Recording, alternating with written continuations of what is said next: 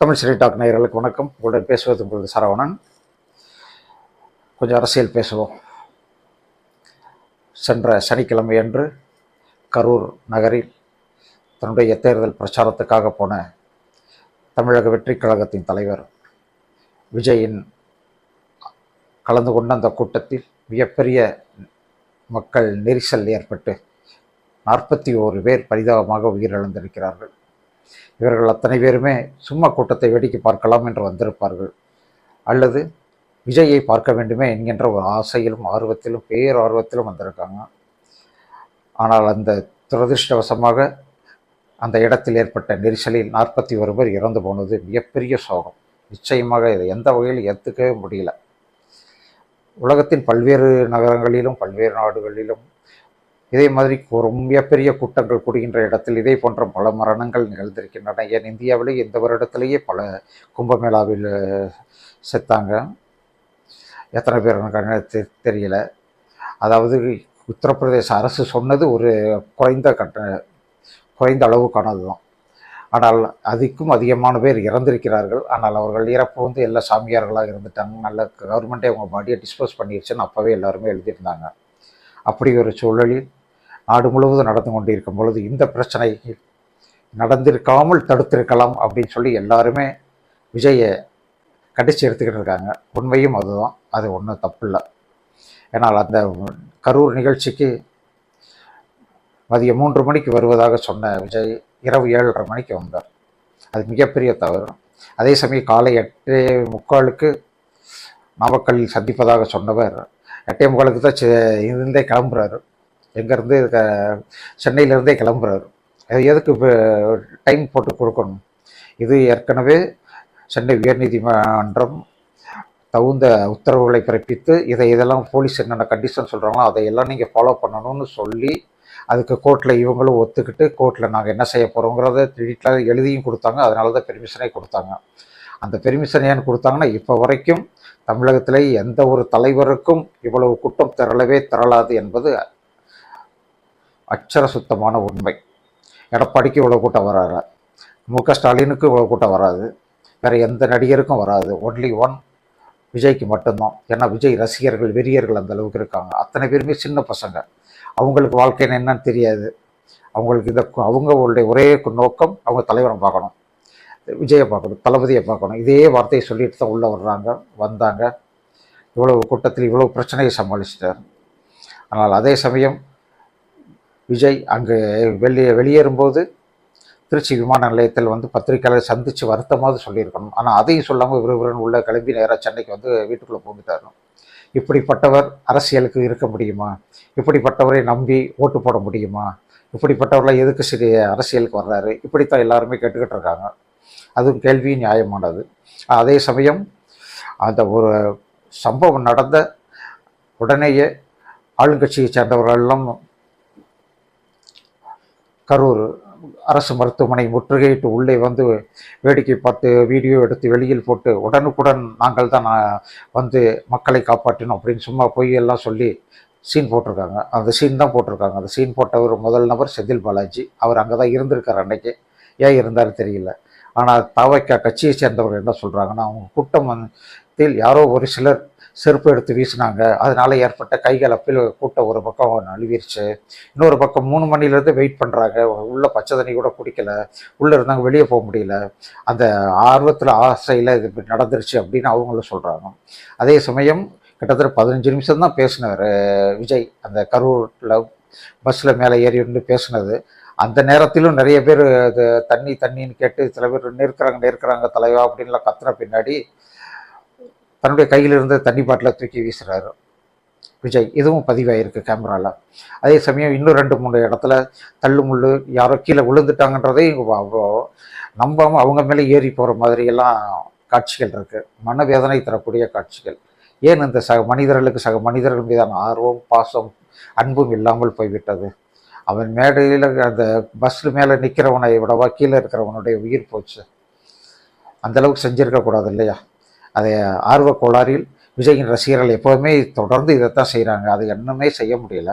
அவராலேயும் control பண்ண முடியல. ஏன்னா அவருக்கு அந்த அளவுக்குலாம் சிந்திக்கும் திறனோ ஆற்றலோ எதுவுமே கிடையாது விஜய்க்கு. ஆனால் இந்த தடவை இவ்வளோ தூரம் அவர் அரசியல் பேசுகிறாருங்கிறதே சினிமாவில் இருக்கிறவங்களுக்கு மிகப்பெரிய ஆச்சரியம். ஏன்னா இந்த அளவுக்கெல்லாம் வாயை திறந்து இந்த அளவுக்கு உஷ்ணத்தோட ஒரு ஒரு உணர்வோட படத்தில் கூட விஜய் இப்படி நடித்ததில்லை. ஆனால் இங்கே தான் அவ்வளவு வசனம் பேசி நடிச்சிருக்காரு. அதுலேயே அந்த செந்தில் பாலாஜியையும் சிஎம் ஸ்டாலினையும் அந்த மேடையில் 15 நிமிஷத்துலேயே வறுத்து எடுத்திருந்தார். அதையொட்டி உள்ளே கூட்டத்தில் உள்ளே பதுங்கி இருந்தவர்களை எல்லாம் தகராறு பண்ணி அதனால தான் நடந்துச்சுன்னு தவேகாக்காரங்க உறுதியாக சொல்கிறாங்க. அதுக்குள்ளே 3 பேரை போலீஸ் அதுக்கப்புறம் அரெஸ்ட் பண்ணி வச்சுருந்தாங்க. இப்போ அது கவர்மெண்ட் என்ன சொல்லுது, இது யாரும் வதந்தி பரப்பக்கூடாது, தவறுகளை சொல்லக்கூடாது, சொன்னால் நாங்கள் நடவடிக்கை எடுப்போம். 25 பேர் மேலே கேஸ் பதிவு பண்ணியிருக்காங்களாம். நம்ம மேலே வந்திருக்கான்னு தெரியல, நம்ம பேர் இல்லை. ஆனால் இதுக்குள்ளே ஃபெலிக்ஸ் ஜெரால்டு பத்திரிகையாளர், அவர் NDTV ஹிந்துலாம் பத்திரிகையாளர் வேலை பார்த்த மனுஷன், அவர் ஒரிஜினல் பத்திரிகையாளர். அவர் இது தப்பாக சொல்லிட்டாங்க அப்படின்னு சொல்லி அவரை அரெஸ்ட் பண்ணிட்டாங்க. ஆனால் உண்மையை அவர் பேசினது அவர் பேசலை. டைம்ஸ் ஆஃப் இந்தியா பத்திரிகையில் வந்த செய்தியை அவர் வாசித்து காட்டினார். அது பற்றி தன்னுடைய கருத்தை சொன்னார். எழுதுனவே ஒருத்தே இருக்கான், ஆனால் பிடிச்சது இன்னொருத்தனை. எழுதவே மேலே கை வைக்க மாட்டீங்களா?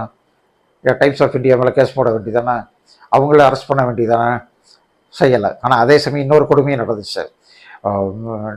மணிப்பூரில் இவ்வளோ கலவரம் நடந்தப்பவும் சரி, குஜராத் கலவரம், மற்ற பாம்பேல இவ்வளோ பிரச்சனைகள், முஸ்லீம் இது இந்து சண்டையெல்லாம் நடந்தப்பவும் எந்த ஒரு கமிட்டியையும் போடாத நம்முடைய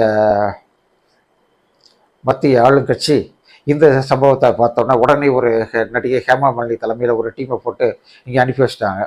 அவங்களும் வந்து பார்த்துட்டு இதில் ஏதோ சூது நடந்திருக்கு அப்படின்னு சொல்கிறாங்க.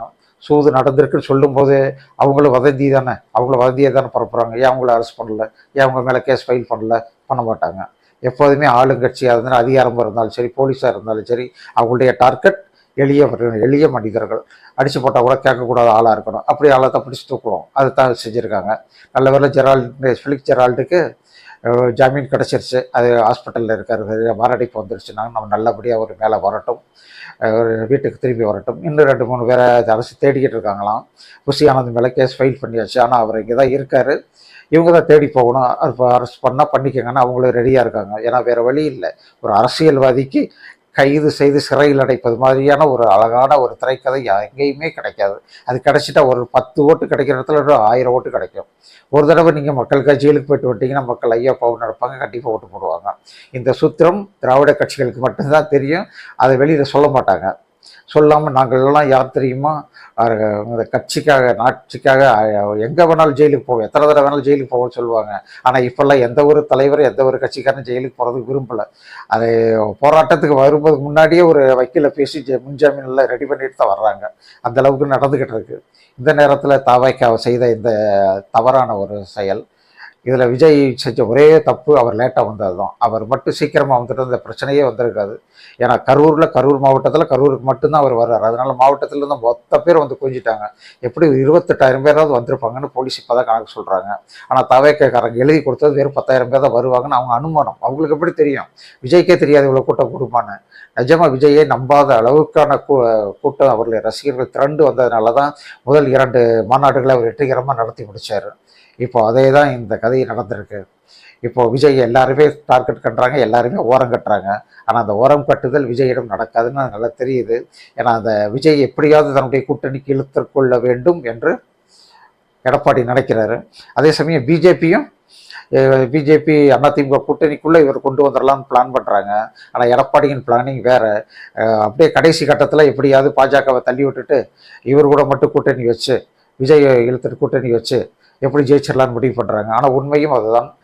இப்போதைய நிலைமையில் அதிமுக கூட்டணியும் விஜயும் இணைந்தால் நிச்சயமாக ஆட்சியை பிடிப்பார்கள். இந்த கூட்டணி என்ன கோட்டு வித்தியாசம் கொஞ்சம் குறைவாக இருக்கும், அவ்வளோதான். ஏன்னா இப்போவே ஒவ்வொரு தொகுதிக்கும் ஒரு 10,000 ஓட்டையாவது விஜய் ரசிகர்கள் கண்டிப்பாக பிரிப்பாங்க. அது அந்த ஓட்டு யாருக்கு போக வேண்டியதுன்னா திமுகவுக்கு போட வேண்டிய நடுநிலையாளர்கள் ஓட்டு. அது அப்படியே இந்த பக்கம் போச்சுன்னா கண்டிப்பாக குறைந்த ஓட்டு வித்தியாசத்தில் ஆட்சியை இழக்கும் திமுக என்பது சந்தேகமே இல்லை. அதனால தான் அவங்க ரொம்ப பதட்டமாக இருக்காங்க. ஆட்சி போகக்கூடாது அப்படிங்கிறதுக்காக தான் இல்லாத தகராறுலாம் பண்ணிக்கிட்டு இருக்காங்க. இப்போ வந்து இவர் சொல்கிறாரு உதயநிதி ஸ்டாலின், நான் வீட்டுக்குள்ளே உட்காந்துலாம் கதை பேச மாட்டேன், நான் அப்படி அரசியல்வாதி இல்லைன்னு கிண்டல் பண்ணுறாரு. ஆனால் இதே உதயநிதி ஸ்டாலின் தான் விஜய் வச்சு படம் பார்க்கணும். அவர் வீட்டு வாசலில் போய் உட்காந்துருந்தவர், அவர் வீட்டு ஆஃபீஸில் போய் உட்காந்துருந்தவர், எப்படியாவது நீங்கள் நாங்கள் நடிச்சு கொடுக்கணும் கெஞ்சின்னு கெஞ்சினாங்க. ஆனால் இன்றைக்கி அரசியல்னு வந்த உடனே அவங்க அடி வயிற்றில் கை வச்சிட்டாங்களா, உடனே அவருக்கு கோபம், உடனே அப்படியே ட்ராக் மாறுறாங்க. இதுதான் உலகம், இதுதான் உலகம்.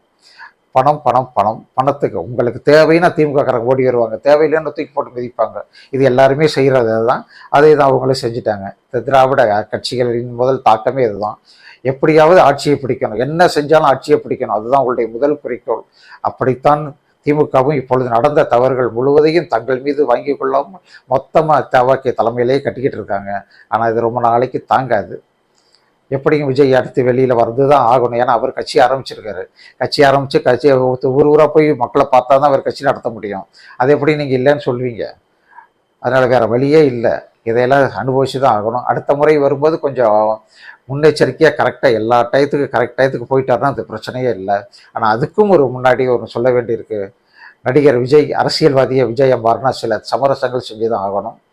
தான் மிகப்பெரிய கேரவன்லேயே உட்காந்துருக்கிற ஹீரோ மாதிரி நினச்சக்கூடாது. வீட்டுக்குள்ளேயே இருக்கிற மாதிரி நடிகனாகவும் நினைக்கக்கூடாது. வெளியில் வரணும், வெளியில் வந்து பேசணும். இது வரைக்கும் அவர் ஏன் பத்திரிக்கையாளர் சந்திக்கலைன்றது வேறு. பத்திரிக்கையாளர் சந்திச்சா தானே இப்படி கேட்க முடியும். பத்திரிக்கையாளர் சந்திச்சா தானே அவருடைய கருத்தை சொல்ல முடியும். வெளியிலேயே வரமாட்டேன் அப்படி சொல்லிட்டு அரசியல் பண்ணால் யார் ஆதரவு தருவோம்? அவருடைய ரசிகர்கள் மட்டும்தான் அந்த ஆதரவு தருவாங்களே ஒழிய நடுநிலையாளர்கள் ஓட்டு கொஞ்சம் கிடைக்காம போகும். அதனால் விஜய்க்கு நம்ம வைக்கிற ஒரே ஒரு வேண்டுகோள், அவர் தினமும் பத்திரிக்கையாளரை சந்திக்கணும், வீட்டை விட்டு வெளியே வரணும், தினமும் போகணும். வேறு வழியே இல்லை. அவருக்கு தான் Z+ பாதுகாப்பு கொடுத்துருக்காங்கல்ல, அதை வச்சு அவர் மறுபடியும் போய்த்தான் ஆகணும். அதே சமயம் திமுக அரசு அதை ஒரு சல்ஜாப்பாக வச்சு அவர் முடக்கி வைக்கணும்னு நினைக்கக்கூடாது. அது நீங்கள் முடக்கி வச்சிங்கன்னா அது அவருடைய ரசிகர்களை இன்னும் அதிகமாகிடுச்சுன்னா அது அவர் எங்கே வெளியில் வந்தாலும் கூட்டம் இதை விட பின்னி எடுக்கும். அதனால் விஜய் கட்சிக்காரர்கள் தங்களுடைய தவறுகளை இந்த ஒரு இடத்திலேயே மாற்றிக்கொண்டு அடுத்த கூட்டத்தில் இருந்து எந்த ஒரு பழியும் நடக்காமல், கூட்ட நெரிசல் இல்லாமல் ஒரு நல்ல ஒரு இடத்தை சிறப்பாக பிரச்சாரம் செய்யலாம். இது அப்படிங்கிறது நம்முடைய கருத்து. ஆனாலும் எடப்பாடி ஒரு பக்கம், திமுக ஒரு பக்கம், பிஜேபி ஒரு பக்கம், ஆளுக்கு ஒரு பக்கமாக அவர் மீது பாசத்தை கொட்டுவது மாதிரி இழுத்து கொண்டு இருக்கிறார்கள். இதில் பிஜேபியும் எடப்பாடியும் பாலிஷாக தான் சொன்னாங்களே ஒழிய எடுப்பில் இவங்களை குத்த சொல்லலை, விஜயை குத்த சொல்லலை. இன்னும் போலீஸ் கூடுதலாக இருந்து உள்ளே வரவிடாமல் செஞ்சுருக்கணும். அவங்க தான் செய்யலைன்னா அதுக்கு அவர் என்ன பண்ணுவாருன்னு கேட்குறோம். அது நியாயமான கேள்வி தான். போலீஸ் தான் இவ்வளோ கூட்டம் கூடிருச்சுன்னா அது ஒரு அளவுக்கு மேலே கூட்டம் உள்ளே வராமல் தடுக்க வேண்டியது போலீஸோட கடமை. ஆனால் அவங்க அதை செய்யலை. அதுதான் இந்த பிரச்சனைக்கு இன்னொரு முக்கிய காரணம். அதை அவர்கள் செஞ்சுருக்கணும். செய்யாமல் இப்போது பழியையெல்லாம் ஒட்டு மொத்தமாக தூக்கி விஜய் மேலே போட்டு நீதாண்ட அனுபவிக்கணும் அப்படி சொல்லியிருக்காங்க. ஆனால் இதை எதிர்கொள்ளும் விதம் கூட தப்பாக இருக்குது. தவைக்கெல்லாம் யாருமே ஆலோசகர்கள் இல்லை போல இருக்குது அந்த கட்சியில். உருப்படியாக ஒரு 4-5 அரசியல் ஆலோசகர்களையாவது உடன் வைத்து கொண்டு விஜய் கட்சியை நடத்தினால் நிச்சயமாக அவர் நினைத்தது நடக்கும். நிச்சயமாக விஜய்க்கு வாய்ப்பு உண்டு. ஆனால் இப்படியே யாரையுமே பக்கத்தில் விடாமல் நான் நடத்துகிறத அரசியல் நடத்தினார்னா கண்டிப்பாக அவருடைய முயற்சி ஜெயிக்காது என்பதை அழுத்த திருத்தமாக நாங்கள் சொல்லிக்கிறோம்.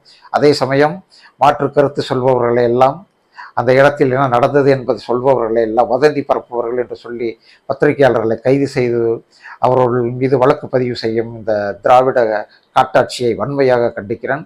இது மிகவும் முட்டாள்தனமான ஒரு ஆட்சி அல்ல. அராஜகம் செய்கிறார்கள், சர்வாதிகாரம் செய்கிறார்கள். இவங்களுக்கு பாராட்டி எழுதுனா மட்டும்தான் வெளியில் இருக்க முடியும், திட்டி எழுதுனா ஜெயிலுக்குள்ளே தான் போகணும் அப்படி சொல்கிறதெல்லாம் எந்த வகையிலும் ஜனநாயகம் இல்லை. இவர்கள் இந்த லட்சணத்தில் மத்திய ஆளுங்கட்சியான பாஜகவை திட்டிக்கிட்டு இருக்காங்க. அவங்க தான் நாடு முழுக்க சர்வாதிகார ஆட்சி நடத்துகிறாங்கன்னு. உண்மையாக சர்வாதிகார ஆட்சியை நடத்தி கொண்டு இருப்பது இப்போதைய திமுக தான். அப்படிங்கிறதுக்கு இதை விட ஒரு மிகச்சிறந்த உதாரணம் எதுவும் இருக்க முடியாது.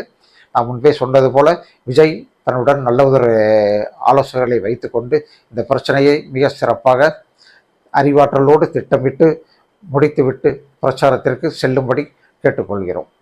நன்றி, வணக்கம்.